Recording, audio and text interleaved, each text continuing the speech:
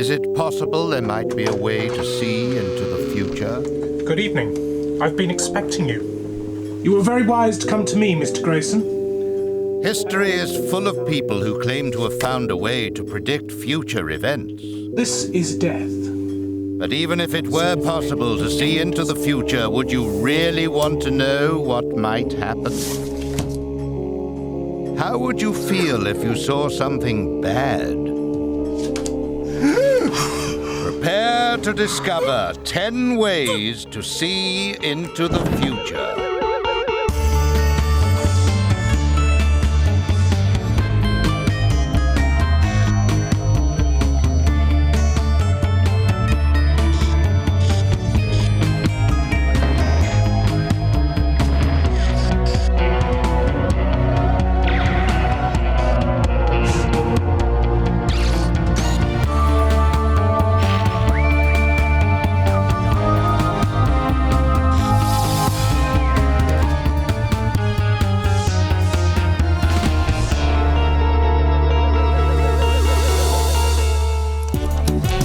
Comes to the future, there are 3 kinds of people.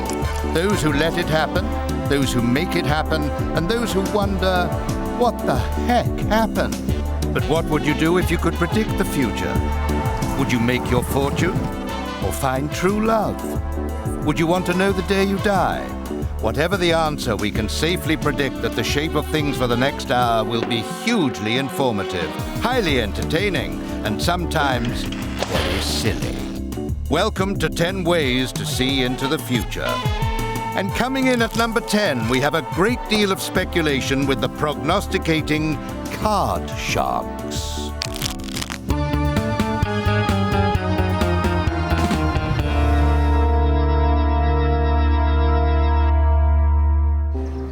Shuffle the deck, turn the card, see into the future. It's easy to understand why tarot is currently the most popular form of psychic prediction. 72 artfully decorated cards, illustrated with devils and knights, love and death. They're exotic and mysterious, frightening, and let's be honest, sometimes just a little bit sexy. They say to sleep with a card under your pillow each night and see what develops from there. I know what you're thinking. Who's she? And why is she in the bath? The Ace of Wands speaks for itself. It's a very phallic card, as you can see, representing passion, sexual energy, and fertility. Her name is Juliet, and she's one of the most sought-after tarot card readers in America today. And I've no idea why she's in the bath, apart from getting her cards wet. People will ask about different stocks, different bonds, if they should buy or sell property. A lot of financial questions, probably equally as much as love life. But I still think more people want to know about their love life more than anything else. Love. Of course, it's always love. And that's where the lovely Jennifer comes in. She's drop-dead gorgeous and remarkably single.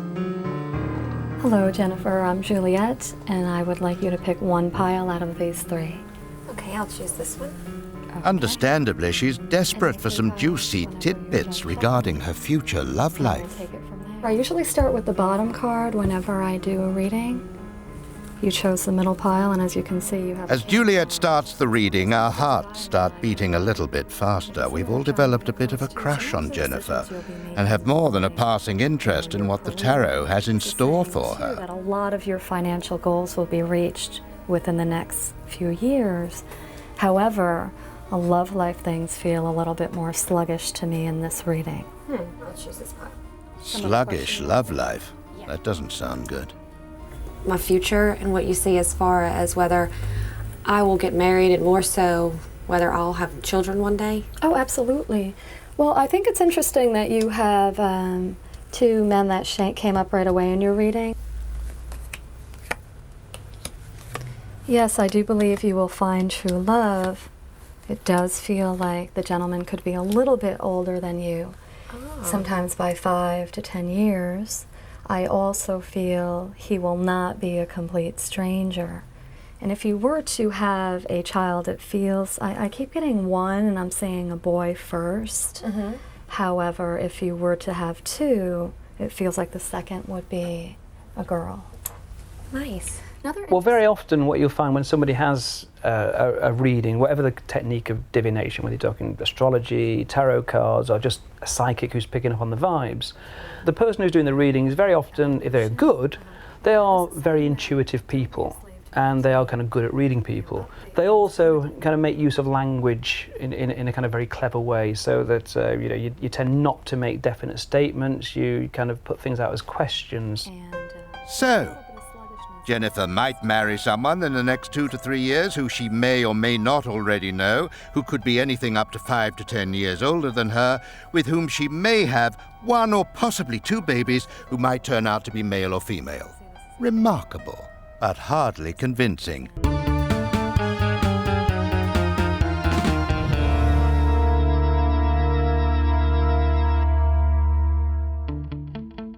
Isn't cosmology great? Who would have thought that looking at the stars could tell us so much about the origins of the universe and our future? Hats off to the ancient Egyptians.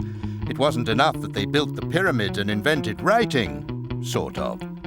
Their clever astronomer priests also developed one of the earliest forms of astronomy and cosmology when they started tracking the movement of the stars to predict the annual inundation of the Nile. And we're still at it 5,000 years later. So what can looking through a big telescope tell us about the future? Well, according to some cosmology types, it tells us that in a couple of billion years' time, life may replay itself exactly as it is now, except backwards. As far out as this sounds, there is a theory that toys with this absurd prospect, and they call it the Big Crunch. But first, we need to go back to the beginning of time itself. Hello, my name is Ofer Lahav. I'm the Perrin Professor of Astronomy and the head of the Astrophysics Group at the University College London. My research is in the subject of cosmology. What have we learned in recent years?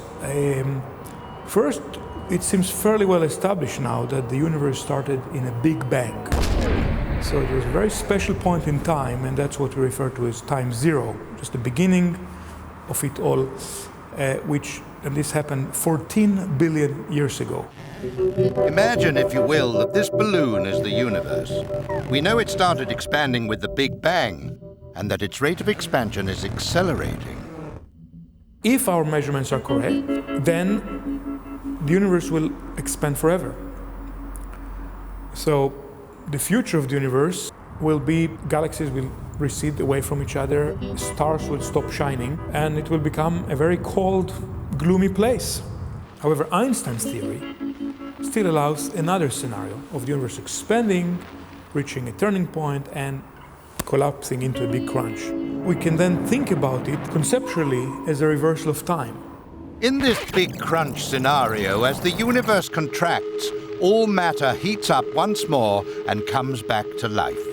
And as the universe contracts back to its original starting point, there would be so much energy in such a confined space that there would be another Big Bang, and all the matter in the universe would start to heat up again, and planets would reform, and stars would come back to life, and the universe and time and all that jazz would start all over again. Now, we also add that if the scenario of a Big Crunch is real, if it will be shown to be real, we might also have an oscillating universe of expanding, contracting, and each time you can start the clock again. So if you're about to do something you may regret, don't do it, because you may find yourself doing it all over again in a couple of billion years' time, only backwards and then forwards and then backwards.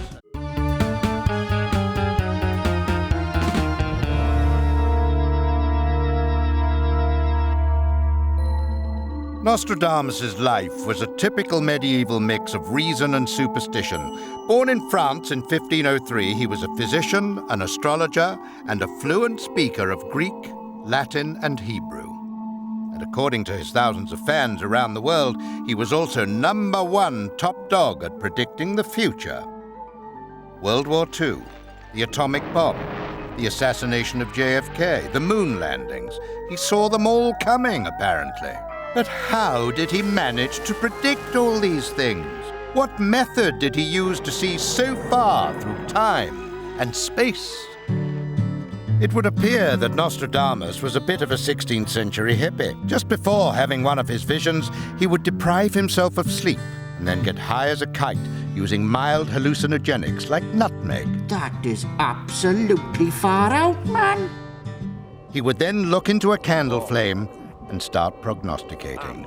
As you can imagine, he'd then come up with all manner of rather odd stuff, into which his followers have since read all kinds of other stuff.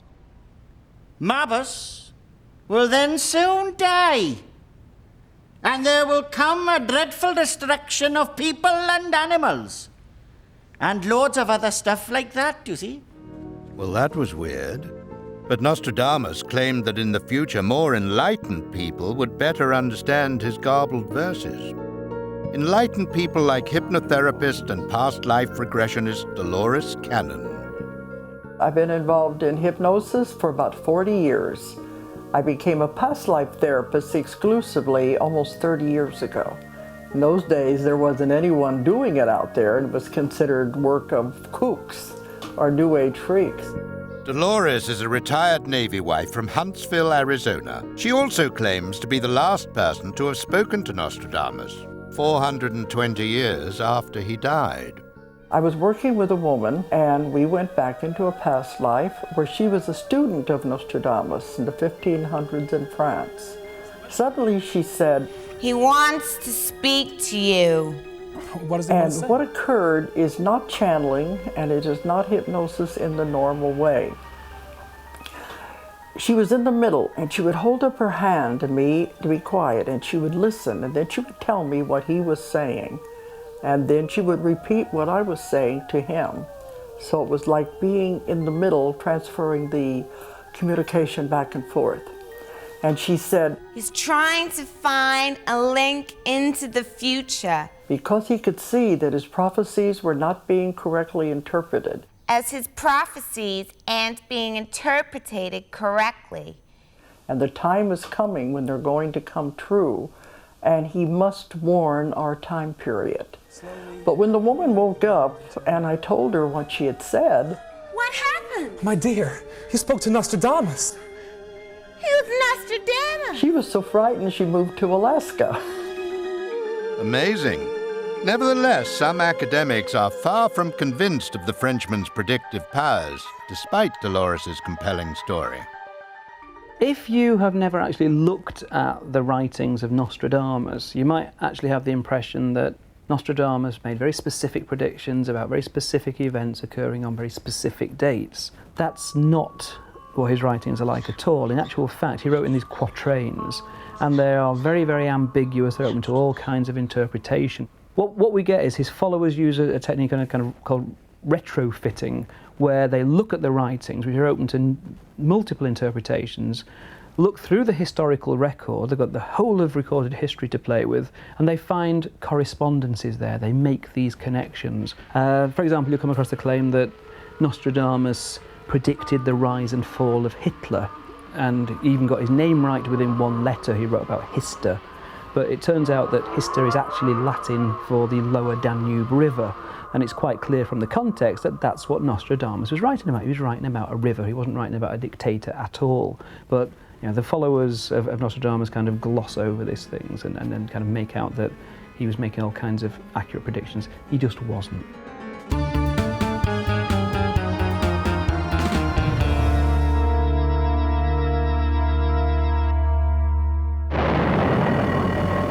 The world was a scary place during the Cold War. The constant threat of nuclear confrontation made information a valuable weapon in the great ideological battle of the 20th century. And in a desperate attempt to stay ahead of the game, both the Soviet and US governments carried out research into psychic spying. They called it remote viewing. Remote viewing was an attempt to use clairvoyance as a military weapon. For example, a Soviet army officer would be given a sheet of paper with a random number on it. Then he would concentrate really hard on the number, sink into a trance, and try to predict future events across the globe. But why did rugged, no-nonsense military types entertain such an outlandishly hippie idea? Well, first off, remote viewing itself, generally defined, is the ability humans seem to have to perceive facts about a person, place, event, location that is separated from the perceiver by distance, by shielding of some sort, by time. The Soviets were spending literally hundreds of millions of dollars in the, I guess the realm of, they call it psychotronics, we would call it parapsychology. The CIA said, the Soviets don't spend a lot of money on anything they don't expect to get something out of. And so they think they're onto something. We have to know what that is just in case there really is something to it. Sadly, since the Cold War was such a paranoid, secretive time, we don't know whether either side had any luck with their remote viewing. So we've decided to put this technique to the test with a highly sophisticated wargame scenario of our own. The rules are simple. Each commander has a 9x10 grid and an equal number of troops, ships, planes, and weapons. They must strategically place their units on the grid and then call out their grid reference numbers to destroy the enemy's forces. Chris, who claims to be an expert in remote viewing, will then pit his psychic skills against our completely unpsychic Soviet commander. What we've got to try to do is receive a vision of where the enemy have put their pieces. I'm going to ask for light to come into my eyes and the light to give me the truth. A tough job. With their units in place, both sides formulate a plan of attack. This isn't just a game. It's an epic scientific experiment. Mystical clairvoyance versus blind chance. E5. E5. Miss. Miss. F4. That was a hit. Poor start for remote viewing Chris, and things only get worse. Within half an hour, the Soviet stab-in-the-dark blind chance tactics have enjoyed a 45% hit rate, while Chris's spooky remote viewing has failed to make a single hit. Let's have a good think about this. It's at this point Psychic Chris starts to concentrate. Okay, let's just try this differently. Just want to think here for a minute. Come on.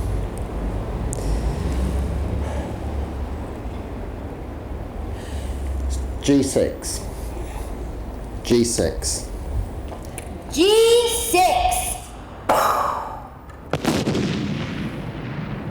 Hit. Hit. Oh. It's a brave comeback, but a bit too late. By the end of the game, the strategy of making it up as you go along has proved to be more successful by a ratio of 3 to 1. Yes,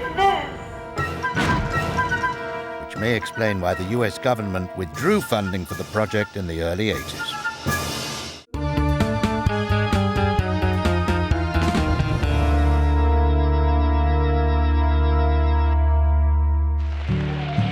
We hate to put a dampener on the proceedings, but let's be honest.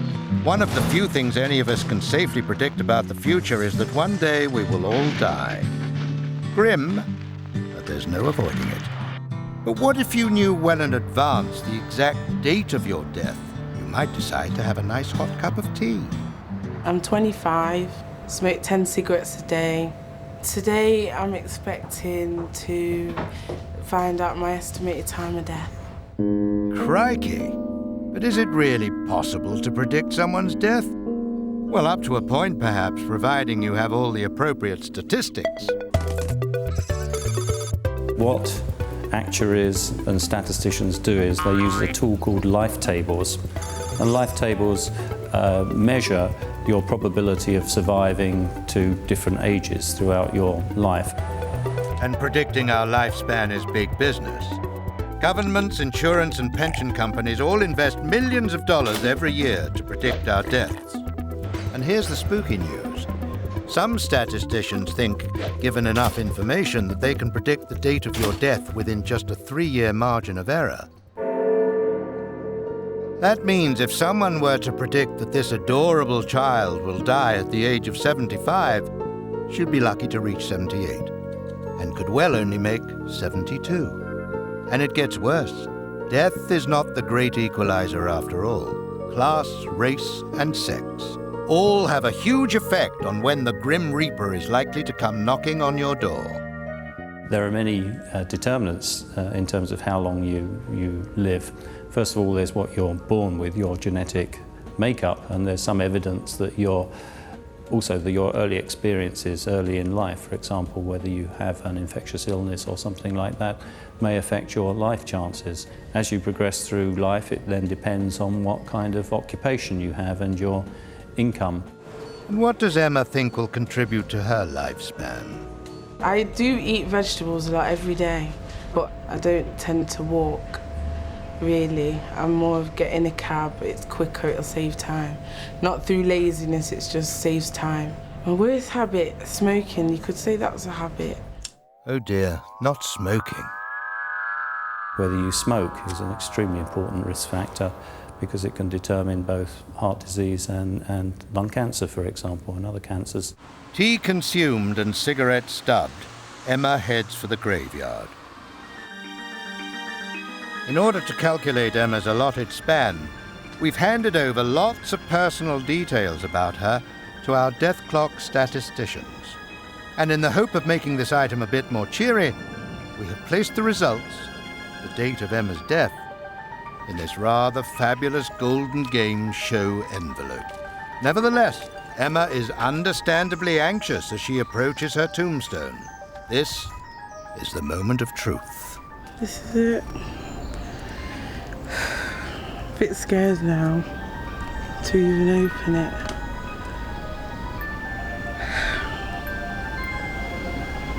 I'm gonna open it.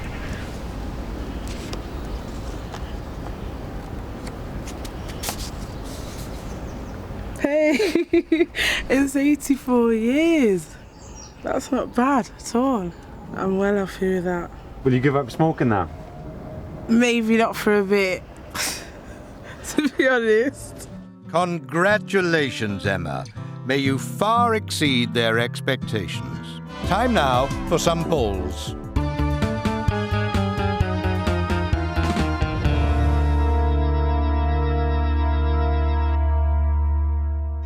While researching this show, one question lingered annoyingly in our collective brain, like a cheap melody. If all these psychic people we're meeting can indeed predict the future, why aren't they all rolling in the lolly? I know it's a crass question, but you do wonder. So hats off to Paul Hughes Barlow for putting his money where his crystal ball is and joining us for a psychic flutter at the Brighton and Hove dog track. Fingers crossed, we're shoving the rest of the program budget on Sunny Jim in the 3:30. Paul, you see, is a magician, and he says his magic orb never lies. Yeah, magic's real. It's in my training. My teacher, who's a Sufi, he used to take me to the bookies, and we used to, take and put £500 on odds on a favourite or something like that, and he'd ask me which horse I thought would win in the next race or the dog, and I'd sort of say, I think that one, and it very often come true. Magicians like Paul claim that the crystal ball dates back as far as the ancient British Druid in 2000 BC. The legendary King Arthur would rely on the fortune-telling powers of Merlin, the magician, and Dr. John Dee, a valued counsellor of Elizabeth I, used astrology to set the date for the Virgin Queen's coronation. More recently, Nancy Reagan, the former First Lady, allegedly used psychics and seers to help plan Ronald Reagan's foreign and domestic affairs. The crystal ball is based upon the sphere, and that incorporates the 5 Platonic solids from Plato, from thousands of years ago. And the 5 shapes, geometric shapes, represent the 4 elements plus spirit. And you can invoke the elements within the crystal ball. No, we have no idea what he's talking about either. But we can tell you that the bond between a psychic and his or her crystal ball is so precious that no other person should ever touch it. Paul, of course, has complete faith in his crystal ball. Nevertheless, he's as nervous as a turkey in November as he approaches the track. it's time to test all of that big talk. I predict trap 1 and trap 3.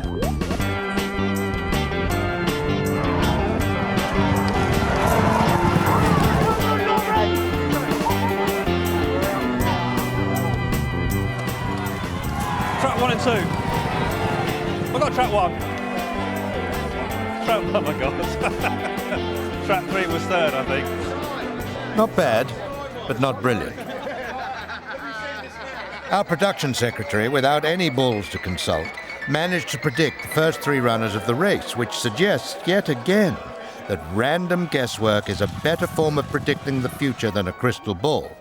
Maybe we shouldn't be staring into balls to see the future. Maybe we should be nurturing eggs instead.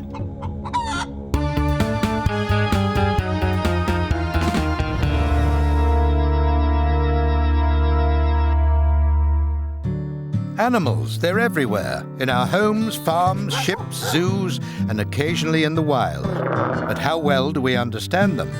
Could the secret to reading the future be beyond mere humans, but lie rather within the grasp of our scaly, feathered, and furry dumb chums? There's strong evolutionary reasons for animals responding to disasters in advance, getting out of the way. But we have no idea how they're doing it. The Chinese have actually used this to forecast earthquakes by paying attention to animal behavior. But in the West, seismologists and earthquake experts have simply ignored it, and therefore they've learned nothing about it. The most plausible physical theory is that there's electrical changes before earthquakes. As the rocks are crushed, it changes the Earth's electrical field, and animals may be picking that up. I think there's probably something to that. That may be part of it. But then there may be something more mysterious, namely an ability to see the future, which we could call precognition or presentiment, feeling something's about to happen. Like the Chinese, Billy Gibbons thinks that animals may hold the key to predicting the future. To be precise, he thinks chickens have a form of clairvoyance that can be used to pick winning lottery numbers. The story about Lucky the chicken was, I was walking in the fields a while ago and I found Lucky the chicken, that I called her, dying in the field. It was an ex-battery hen. I brought her home, rescued her.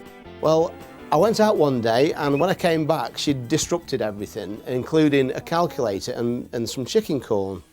And when I was picking everything up, I noticed on the calculator there were some numbers. She'd pecked some numbers on the calculator, and with it being a Saturday, I thought I'd use those numbers for my lottery. And I couldn't believe it when all the numbers started coming up, and all the numbers did come up, apart from the one that I chose, which didn't come up.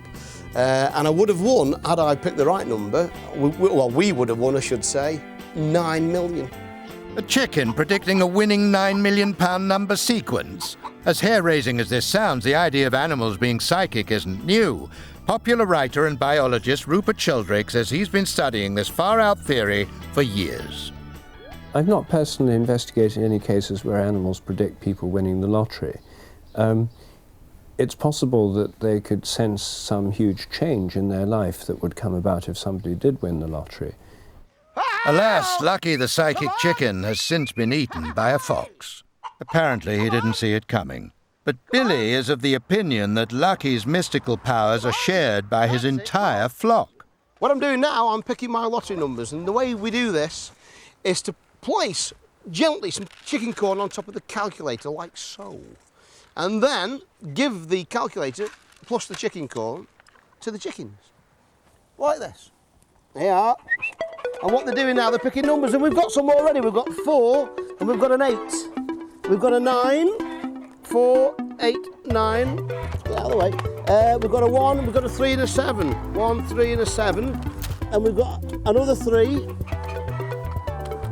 And they just press cancel. But not before we've got the numbers. Numbers in hand, we retire to Billy's living room. Under rigorous laboratory conditions, we put the psychic chicken's numbers to the test. We've allowed Billy to combine the numbers in any sequence he sees fit. Number 32. Most standard lottery games use 49 individually numbered balls, and the odds of a human choosing 6 winning numbers are 13,983,816 to 1. Those are long odds. So imagine the pressure Billy's chickens are under, because we have 99 individually numbered balls in our lottery, which makes the odds of a chicken picking the 6 winning numbers 112,529,256 to 1. And rather incredibly, what do you know? Ralph's psychic chickens have indeed chosen 3 winning lottery numbers, beating the odds by 156,849 to 1. The conclusions from the experiment we've just conducted are quite good, actually, because we've got 3 out of the 7 numbers that the psychic chickens predicted, which is pretty good because they're only apprentices. I'm just training them up at the moment, so that is pretty good.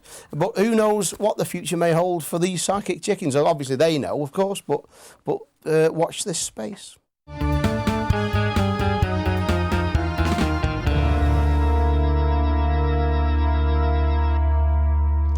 If you want to be reassured that you'll meet the boy or girl of your dreams, you may turn to tarot. If you're trying to decide whether to make a charity bungee jump next week, you might consult your stars.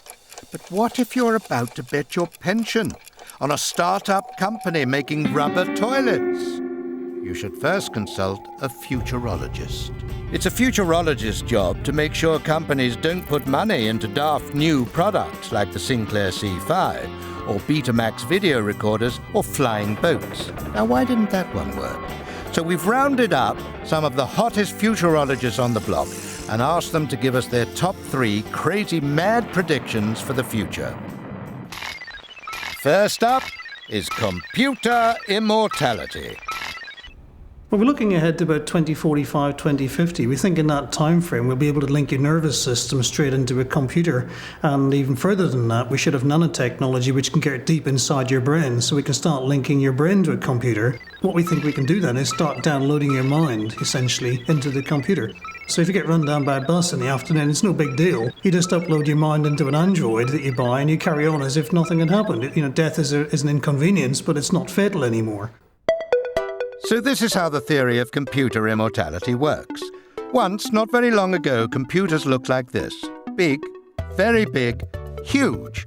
Then they started getting smaller and smaller, until they were cute and lovable, as you can see. Children played Pong on them. Now mums shop with them, and who knows what Dad does with them. At this current rate of miniaturization, within the next 20 or 30 years, computers will no longer look like this. They'll look like this. Organic yogurt full of trillions upon trillions of teeny-weeny nano microchips. In this crazy, mad vision of the future, it'll be possible for a doctor to inject a dying man full of computer yogurt.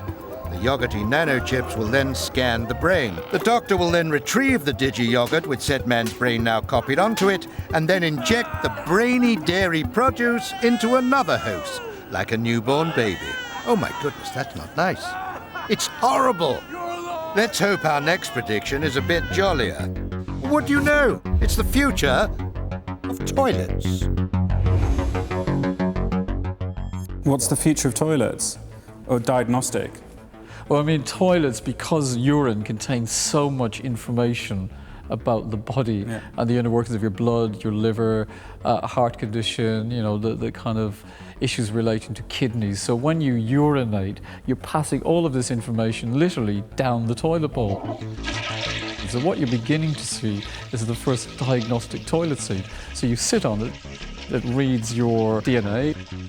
It can send it to a remote sensor on the internet, whereby a doctor at his or her leisure can actually read all of the information, prescribe or diagnose your problem, and then send it back to you. So literally, as you step back into the toilet the following morning, instead of finding sheets of toilet paper, you can find sheets of data printed out about your current status in terms of health, and also what you need to do to preserve your health in the future.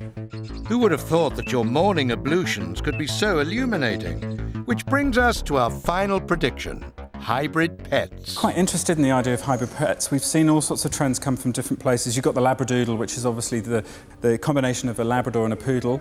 Great, because poodles don't drop hair, unlike Labradors. So you combine the two and you get basically a Labradoodle.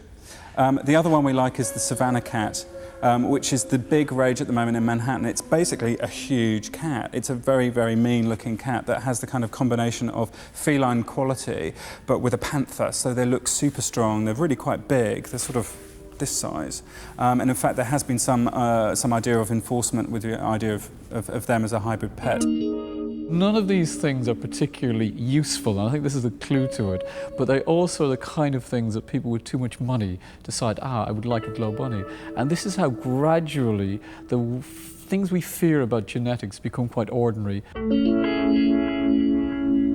From tomorrow's nightmare, we move penultimately to last night's dreams.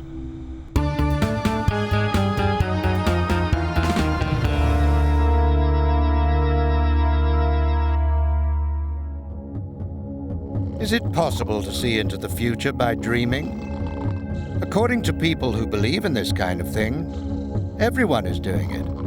In America, more people claim to have had a precognitive dream than hold a passport. That's a lot of prophecy. Figures like this would seem to take precognitive dreaming out of the slums of New Age wackiness and place them squarely in the everyday world with everyday people. Everyday people like Christopher Robinson. The problem with anything paranormal, psychic, whatever you want to call it, is that by its very nature, it attracts all the wackos and nutters.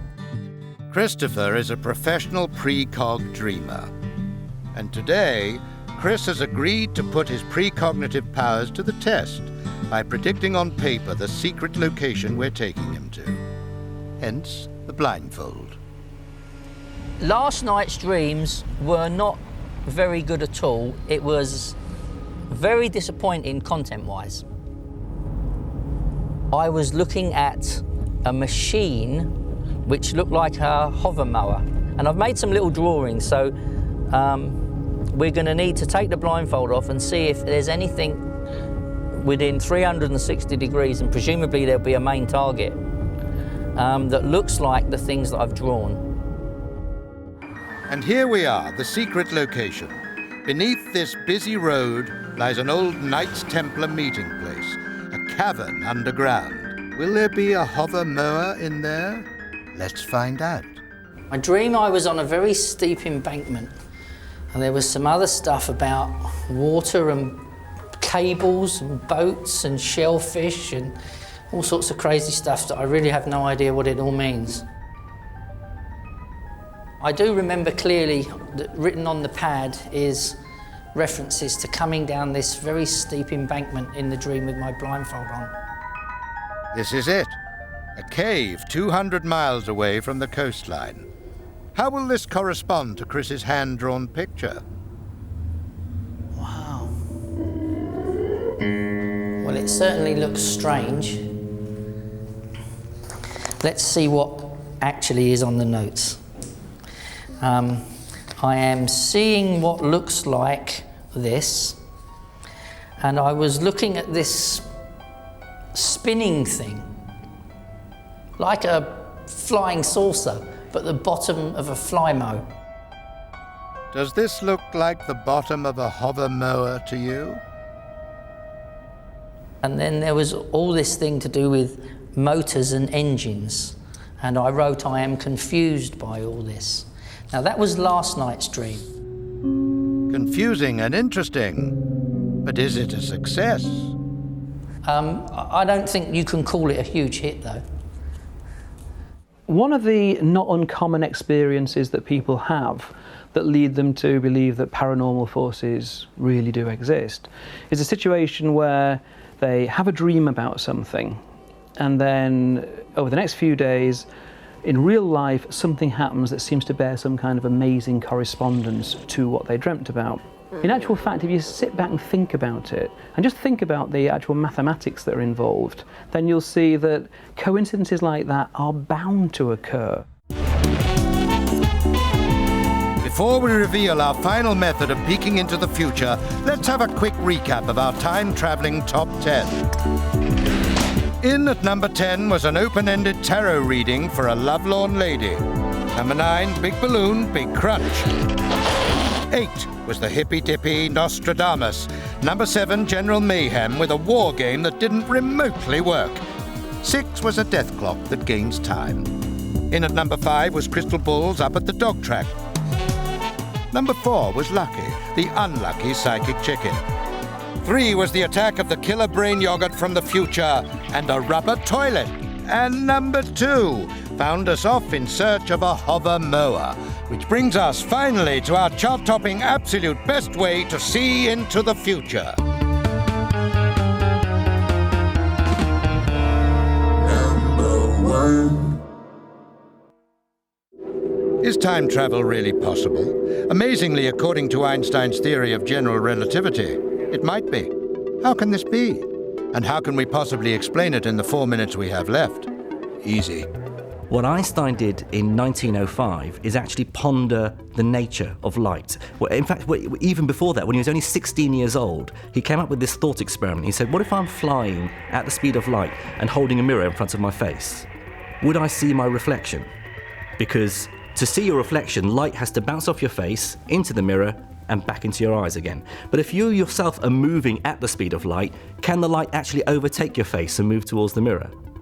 And in 1905, he realized the answer. Yes, he would see his reflection, because it turns out that light moves at the same speed no matter how fast the observer is moving. Okay, that's a lot to get your head around. But basically what Einstein is saying is if the speed of light is constant, which it is, then time becomes elastic. Time can slow down or speed up depending on how fast you're traveling.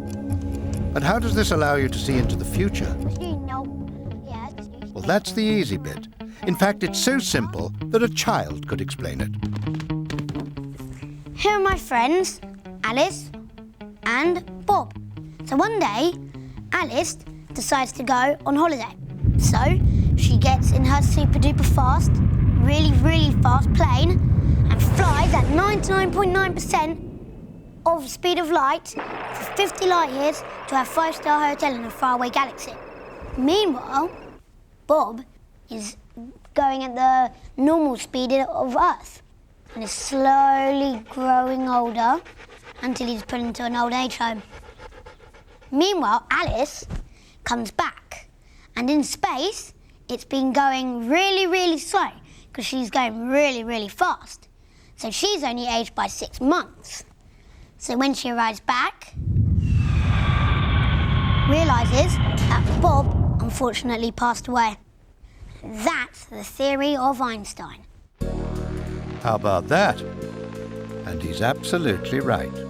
If you put a clock in a rocket or even a jet aircraft, fly it around and bring it back again, it will show an earlier time than the identical clock that was initially synchronized with it on Earth. Time runs more slowly, and so less time elapses for moving clocks. And the closer you get to the speed of light, the more impressive this difference becomes.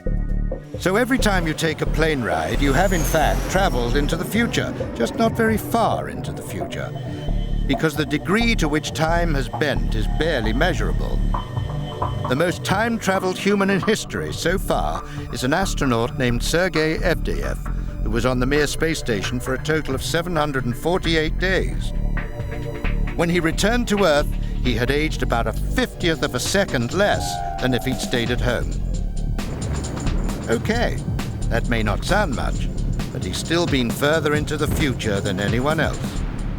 To get close to the speed of light, or even half the speed of light, we need so much energy, so much power, that certainly in today's technology, we really have no idea.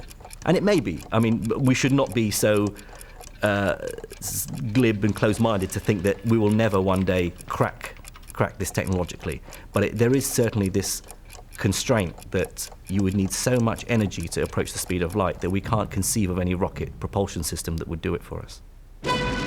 But one day, we will know how to do it.